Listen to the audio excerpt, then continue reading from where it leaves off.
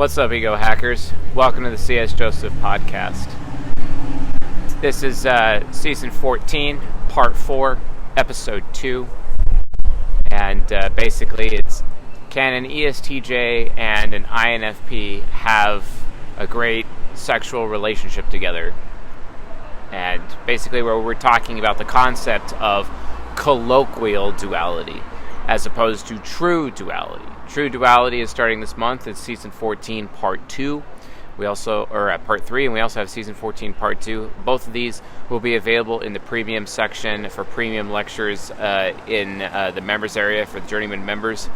And Season 14, Part 1, which is focusing on golden pairs, also known as the affection relationship, is available among the Discover lectures, which is at csjoseph.live/portal, for those of you that care.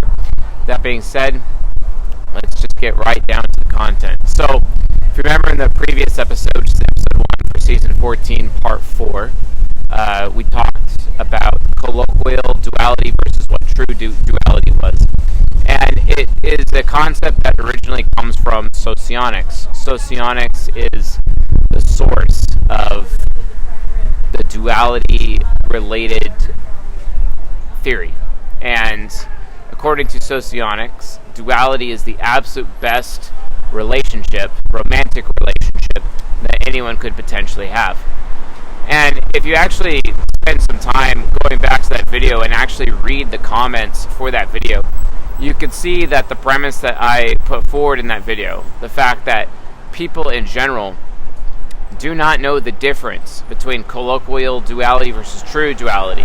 True duality being the actual definition of duality as put forward by socionics, and colloquial duality, which is what everyone thinks that socionics is actually trying to say about duals.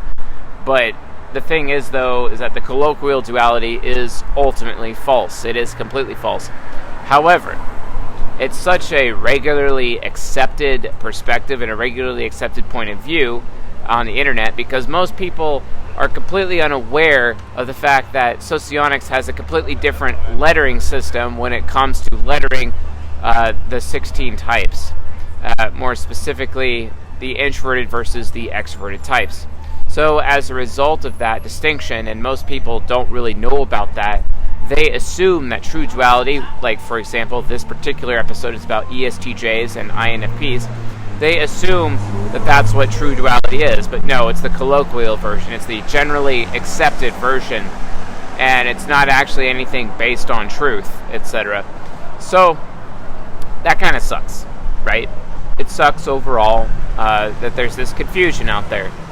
And true duality, according to socionics, is what we call the natural pairs, also known as bronze pairs, which we have an amazing lecture series coming out in csjoseph.live/members, aka the Journeyman membership area, at the end of this month. I believe the first episode should be dropping hopefully this Friday, and the one the following week as well.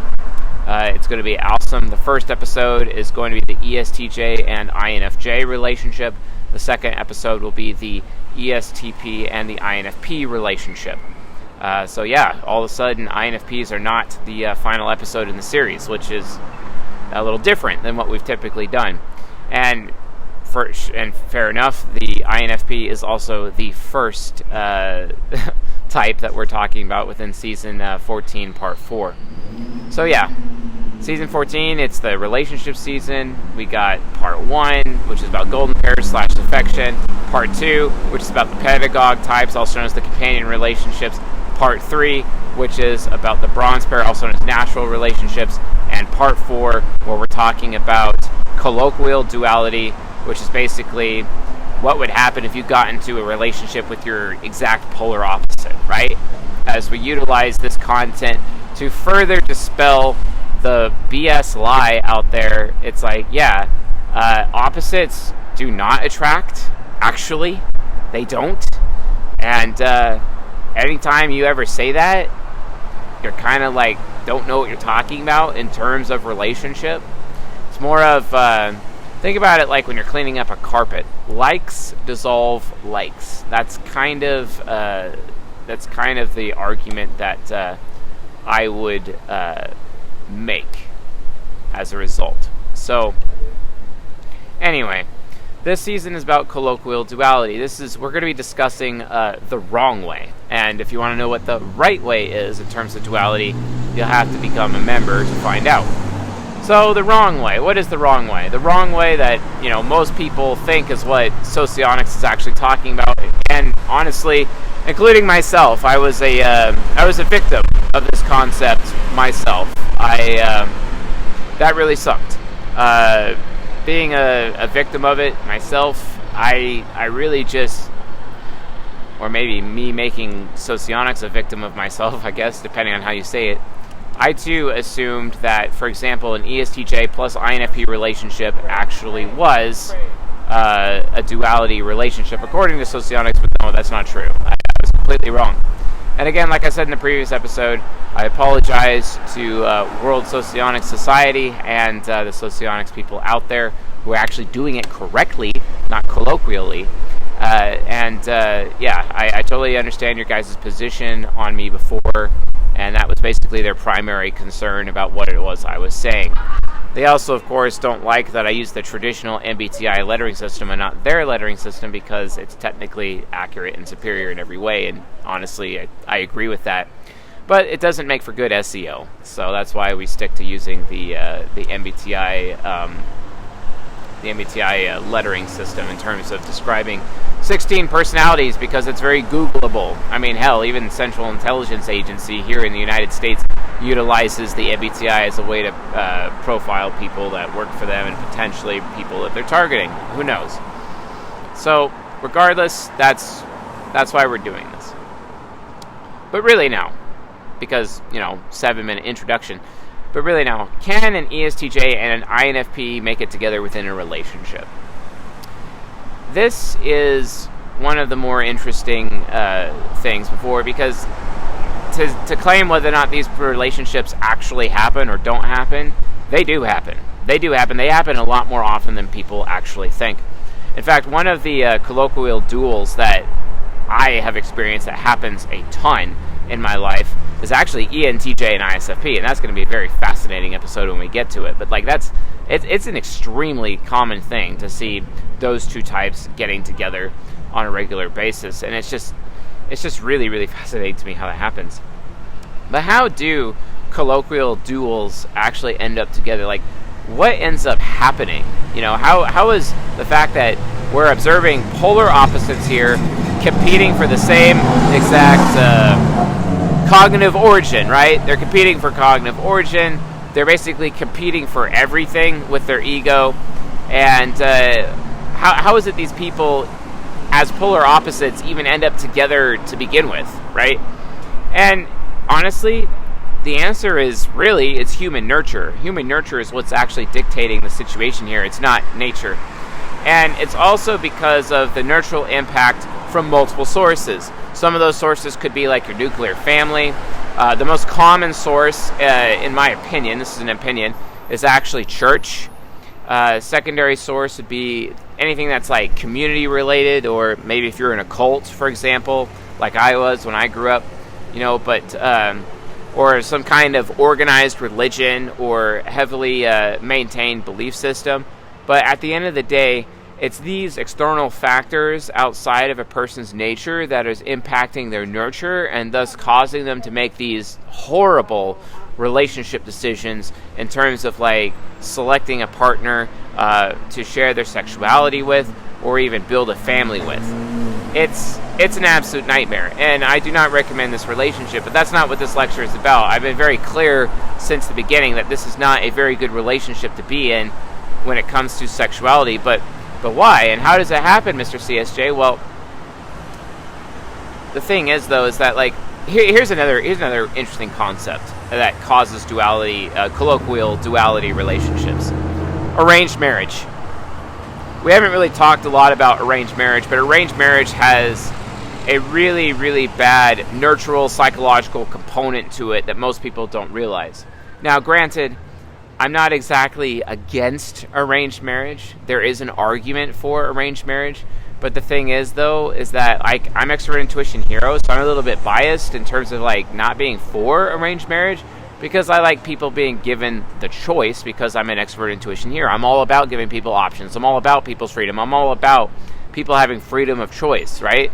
That's what I'm all about. I'm all about my freedom of choice. So arranged marriage can actually end up, flying in the face of that. So obviously it's probably like not the biggest investment, for me or anyone else per se.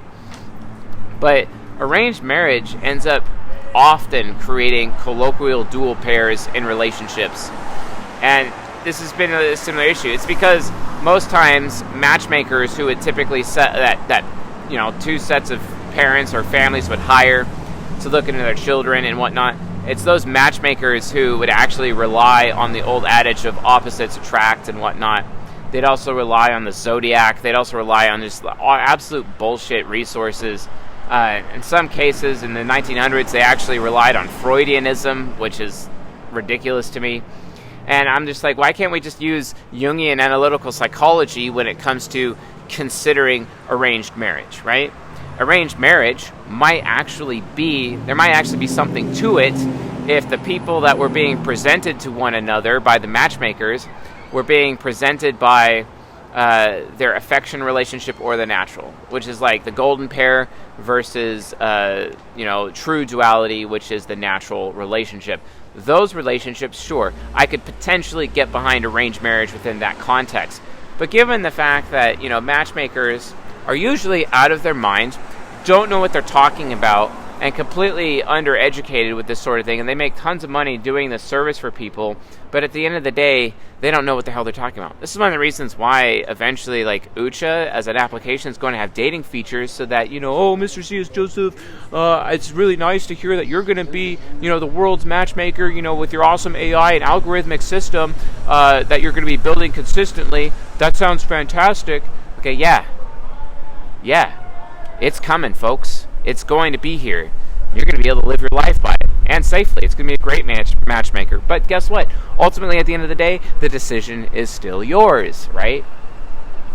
So, let's imagine you were like in India and whatnot, and you were having arranged marriage, and your parents paid for a matchmaker, someone else's parents paid for a matchmaker. And when that happened, it's like all of a sudden they're like, okay, yeah, here, meet my daughter, meet my son. It's an ESTJ and an INFP. Oh, crap. It's happened. But here's the thing. These two people are usually virgins, right? They're usually virgins. And that's the thing. They don't have any other sexual experience than anyone else. And because they're two introverted sensors, they lack the extroverted sensing to see what other people are doing. And they also lack the introverted intuition to really even want something else. It's not like the NI critic of the INFP is really going to, get them anywhere. It's not like the NI trickster of the ESTJ is going to get them anywhere. So this relationship oftentimes can work sexually, even though it's completely wrong, because if they have no previous sexual experience whatsoever, and they're not really interested in exploring additional sexual experiences, it's likely that they're just going to end up together and stay together for a long time, and they wouldn't really have to deal with the sexual incompatibilities of their relationship as much as they would have to deal with the emotional incompatibilities. And the emotional incompatibilities of this particular relationship is absolutely far worse. What I've noticed in my travels is that when it comes to colloquial duality, people who will get with their opposites, the introverted sensors have a much easier time getting along with one another than the extroverted sensors do from a sexual perspective. But that's only if the introverted sensors do not, both of them are virgins at the beginning and do not have a sexual history or sexual experience with which they can draw upon or compare upon. This is one of the reasons why women should not have many body counts, because men understand and don't like, due to males' needs for sexual validation, according to Chapter 17 in Matthew Hussey's book, Get the Guy. And if you're a woman, you should read that, especially if you're a masculine woman. But the point is, due to the standard male need for sexual validation, having to compete with the other men that a woman has slept with, and she remembers all those sexual encounters in her head, and she's constantly comparing you to those people, that's just a lot of emotional baggage that men don't need, and this is why women's value is reduced after they have more sexual partners because of the emotional connections they have behind them. I don't care if they're an extroverted sensor. I don't care how much they destroy all the memory totems and all the reminders of those previous men that they've had in their life. The reality of the situation is men just know that instinctively, that women just can't let go because women are not built to let go in that regard. So as a result, it ends up becoming a huge problem. So SI user on SI user relationships can actually work under that context, because the context of them both being virgins, that is. So just be aware of that. Just be aware of those changes or those differences. Time to have a bit of a smoke here. So yeah. So let's actually talk about what actually happens in this relationship after they're committed and they're married and they think they're doing something good. Maybe they're doing something for the family. Maybe they're we're doing the right thing because we're going along with the matchmaker because we're two affiliative types, right? Maybe that's exactly what's maybe that's what's going on here.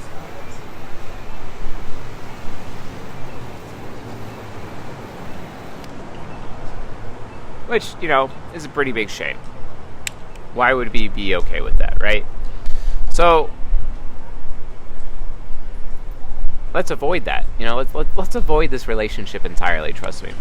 So let's start with the first thing, cognitive origin. What is the cognitive origin of ESTJs and INFPs?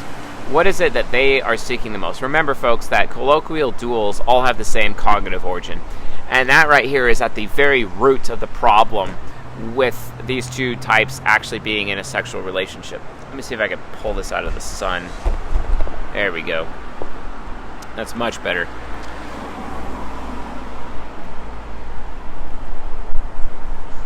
Much better.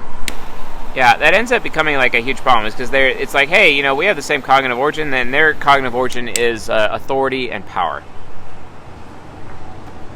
INFPs and ESTJs, out of all the 16 types, seek out authority. And if they're in a relationship, they're basically power hungry. Relationship or not, an ESTJ and an INFP, they're just power hungry people. The reason why is because they have feelings of powerlessness all the time. And if they feel powerless, they end up getting slothful, they end up giving up on life, and it really comes down to how much power they actually have. But in a relationship, especially from the red pill perspective, for one person's sexual strategy, to work in a relationship, the other person has to ultimately surrender. So which means that one out of these two people end up having to surrender their power and authority to the other. Somebody in the relationship has to be dominant. And according to an essay that my father wrote for his college paper at one point in time, someone's always got to be on top. Which is true. Someone always has to be on top when it comes to being in a relationship, right? So surrendering power and surrendering authority within the context of a relationship is extremely hard to do for an ESTJ or an INFP, regardless of which gender they are. If they are the woman or the man in the relationship, they have to give up power, which is going to feed their further feelings of powerlessness. And if they have a sexual history, that's going to get even worse because they're likely to cheat at that point. It doesn't matter if they're a man or a woman, they're likely going to cheat. It's especially likely that they're going to cheat if they're a woman, though. Especially likely. And even especially likely beyond that, if it's an INFP woman. Because then you have to deal with their treachery vice, which could be a huge problem as well. So watch out for that. Seriously, watch out for that. That could be a huge problem. And a lot of people aren't even aware of that risk when it comes to relationships. Because here's the thing. These two types have the exact same cognitive functions in their ego. It's extroverted thinking on axis with introverted feeling. It's extroverted intuition on axis with introverted sensing. When you have people with the same exact functions in a relationship, they are literally in a state of competition with each other at all times. They end up competing for the same thing. It's so you have the ESTJ and the INFP. Now, the INFP, they have introverted sensing optimistic, whereas the ESTJ has introverted sensing pessimistic. the introverted sensing optimistic person, the INFP, will always put their comfort above the ESTJ. So the ESTJ will be forced to take a secondary role within the relationship to the dominant role of the introverted sensing. So the comfort level of the INFP is the one who ends up dominating the relationship, which could put the ESTJ in a position of being uncomfortable. You think that's going to work? Or here's the other thing. Extrovert intuition child is optimistic and will always put its need to be desirable over that of the INFP. And the INFP will always have to compete with and take second place of, well, they're all about being wanted and people are inviting them more often. They're always going to end up having a problem with that. Every time. Like literally every time. They will always have a problem with that. And, the INFP will end up getting envious or potentially jealous over the fact that people want the ESTJ more often than them. But then the ESTJ will just throw it back in their face and just be like, well, you're always putting your comfort above me, so at least I get this and you get that, right? So it ends up having to be a trade just for the sake of facilitating the relationship to begin with, right? Just for that purpose. But do you think that's actually going to go anywhere? Or here's another thing. Extroverted thinking inferior versus extroverted thinking hero. Inferior functions always take precedence above everything. So the INFP will always put their reputation above the reputation of their ESTJ partner. Always. Just as much as the ESTJ will always put their principles and their morals and how they feel and about their own internal decision making always above the INFP. They'll always do that. And that too will just be a big problem, a bigger problem. Seriously, a bigger problem. They're competing for the same things. Sometimes at first in the beginning of the relationship, they realize they can share comfort, they can share reputation. But at the end of the day, this is a sexual relationship. They're looking for the other partner to fulfill that aspect of their relationship. And their other partner isn't, because their other partner's trying to get it from them. So they end up just draining each other constantly. And this ends up creating a relationship where they don't even have any sexual contact whatsoever. They don't even want sexual contact from each other because the other person eventually will just gross them out. And this is like the kind of relationship you hear about when the only time that they actually ever have sex is in an attempt to have a child. Other than that, they will never get there. And if their relationship stays together, it's only able to stay together because they're outsourcing sexuality to other people that are not even in their marriage. That's it. And then on the emotional side, they're completely emotionally bereft.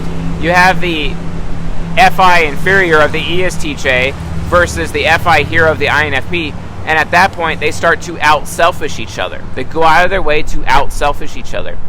And when that happens, you have two extremely slothful people. I have had the tragedy of witnessing what the home would look like between these two types. It is the dirtiest environment you've ever seen. No one is cleaning anything. No one is taking care of anything. There could literally be fecal matter all the place, bugs everywhere. No one's lifting a finger to do anything. Why? Because the other person isn't doing anything. And their shadows are just mirroring each other, and you have ENFJ shadow versus ISTP shadow, and they just hate each other. And they're too proud to do it because it's like, well, I'm not going to invest any more in this relationship until I see you investing. But the other person within the relationship already has that point of view to begin with. So then it just ends up becoming an endless downward spiral. Which sucks entirely. It's absolute hell on each other. And then it's also absolute hell on the children that they may have as well. God forbid that they have children.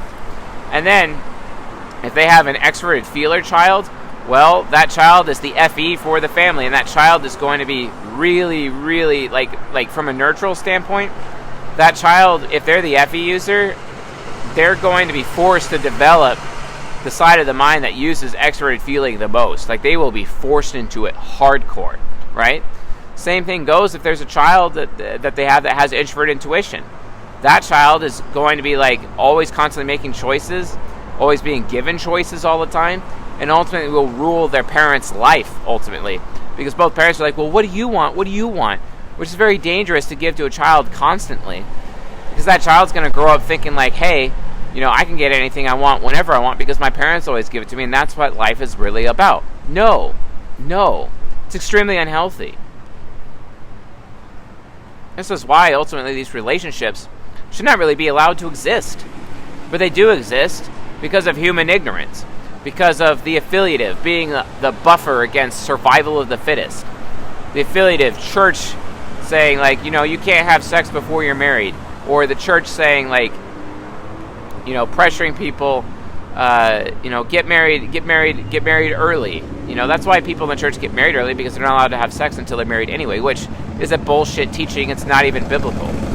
People think it's biblical because of mistranslation and biblical interpolation, but that's not correct. Especially since the Old Testament does not exactly line up with the New Testament does not exactly line up with the Old Testament when it comes to understanding how sexuality actually works. There's no concept to it. So that ends up becoming a huge problem. A very huge problem. A lot of people just are completely unaware of this phenomenon. Stop doing it. You're making everybody else suffer, including yourself. ESTJs, they love being stoic. There's nothing stoic about this relationship. INFPs like to look good in front of the people and be philosophical looking and intelligent looking, and they're such a good person because they're staying in their marriage. No, they are just becoming a burden to themselves, a burden to their partner, and a burden to every other person in their life. They are literally causing suffering to themselves and other people by staying in this relationship. They really need to stop. But, the best thing to do is prevent the relationship from occurring in the first place, right? But hey, if you are in a colloquial dual, guess what you need to do? You need to have external sexual relationships and emotion. Like, this is a situation where I recommend both partners actually have affairs. It's one of the very few times you'll say that I'm totally cool with having affairs. This is it. The thing is, make sure you have your affairs, your sexual affairs, your emotional affairs, you do it with permission. That's the thing. That's the key. You got to do it with permission. If you're in a committed relationship with your colloquial dual, make sure you do it with permission. So extroverted thinking, it's like, hey, my reputation above yours. Introverted sensing is like, hey, my comfort above yours. Extroverted intuition is like, hey, my desirability above yours.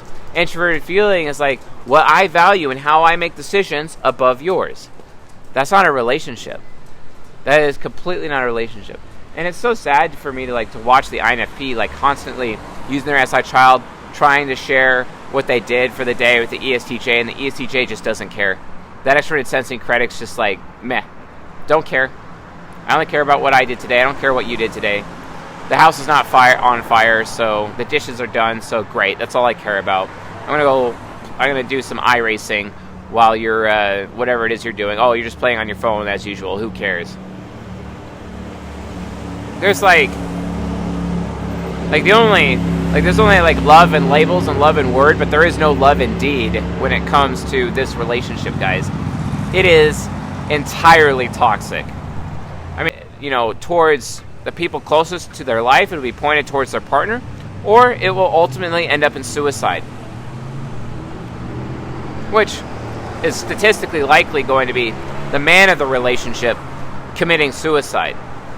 While the woman gets all of the assets, gets basically everything, if she doesn't initiate that divorce by the time she hits development phase, which she's likely to anyway, and then she ends up getting to take half of the assets at a minimum, on top of alimony, on top of child support, and the man just basically becomes a slave for the rest of his life. This is why I tell men, don't get married.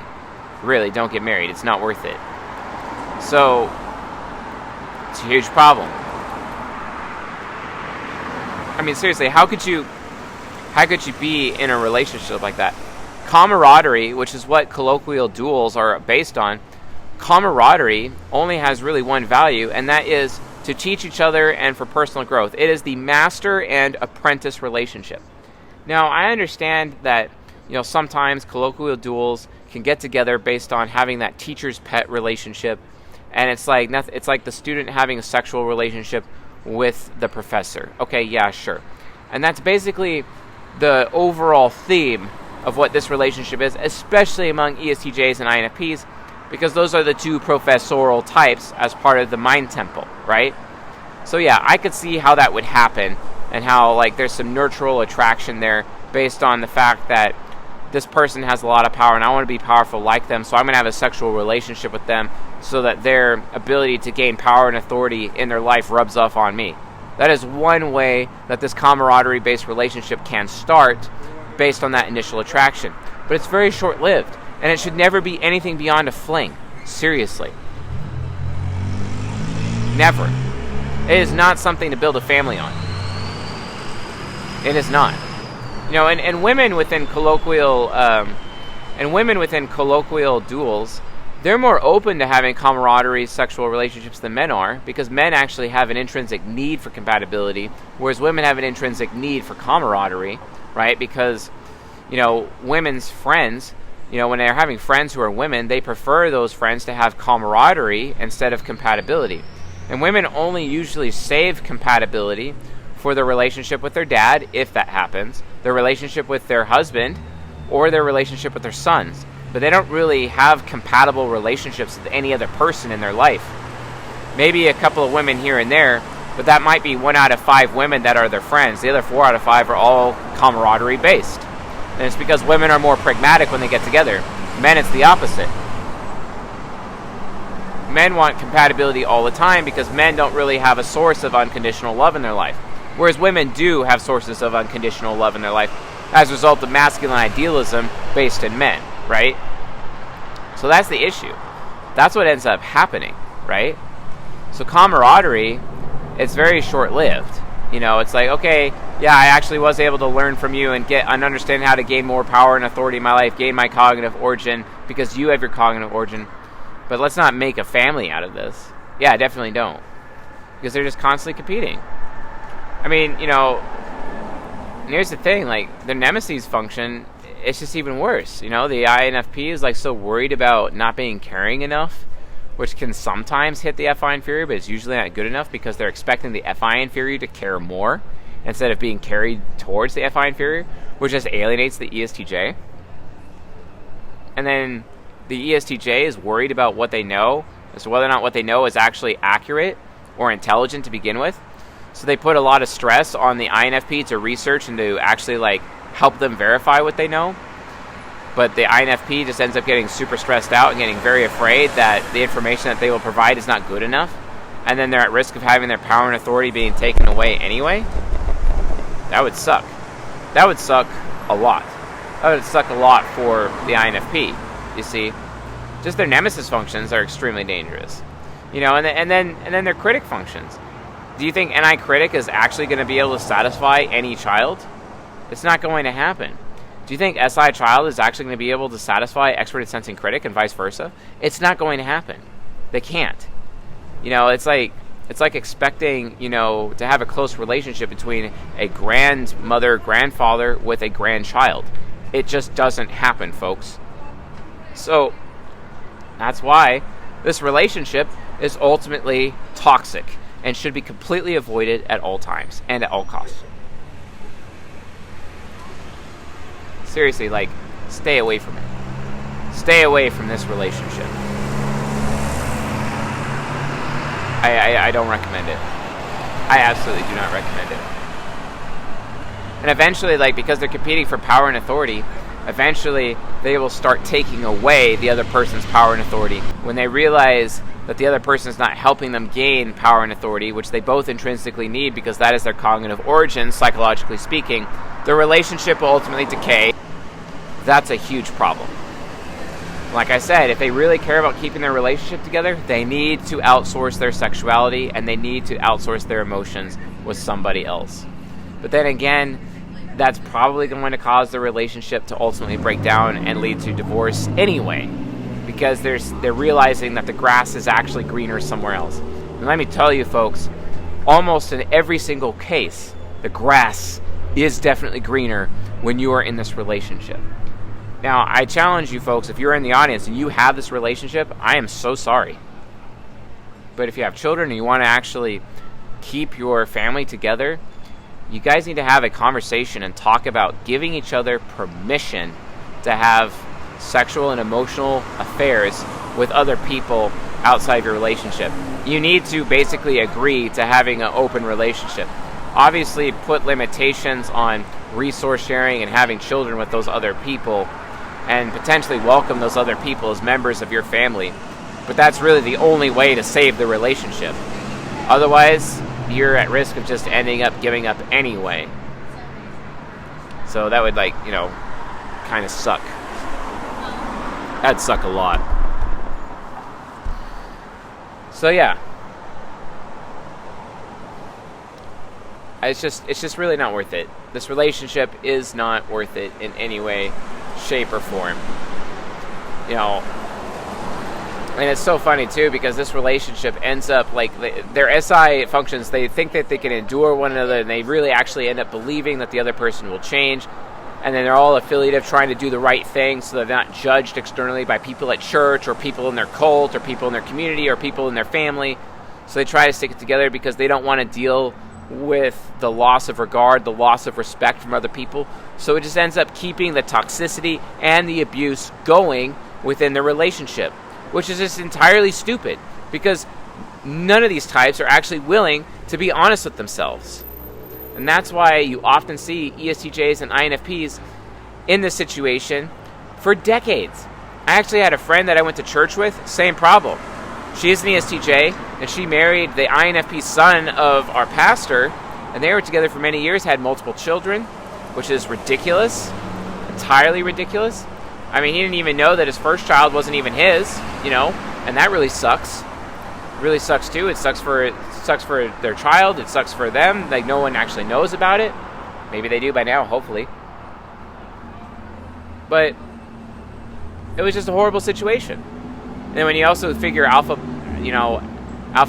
seed versus beta need, it can also due to hypergamy and due to the male sexual strategy, that can actually make things even worse.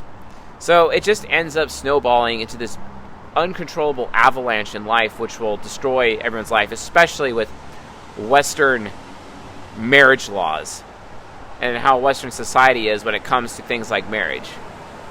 It's just not going to work out. It's not really going to work out at all. So, stop while you're behind before you get behinder, as my father would say. This is definitely a situation you want to avoid. So,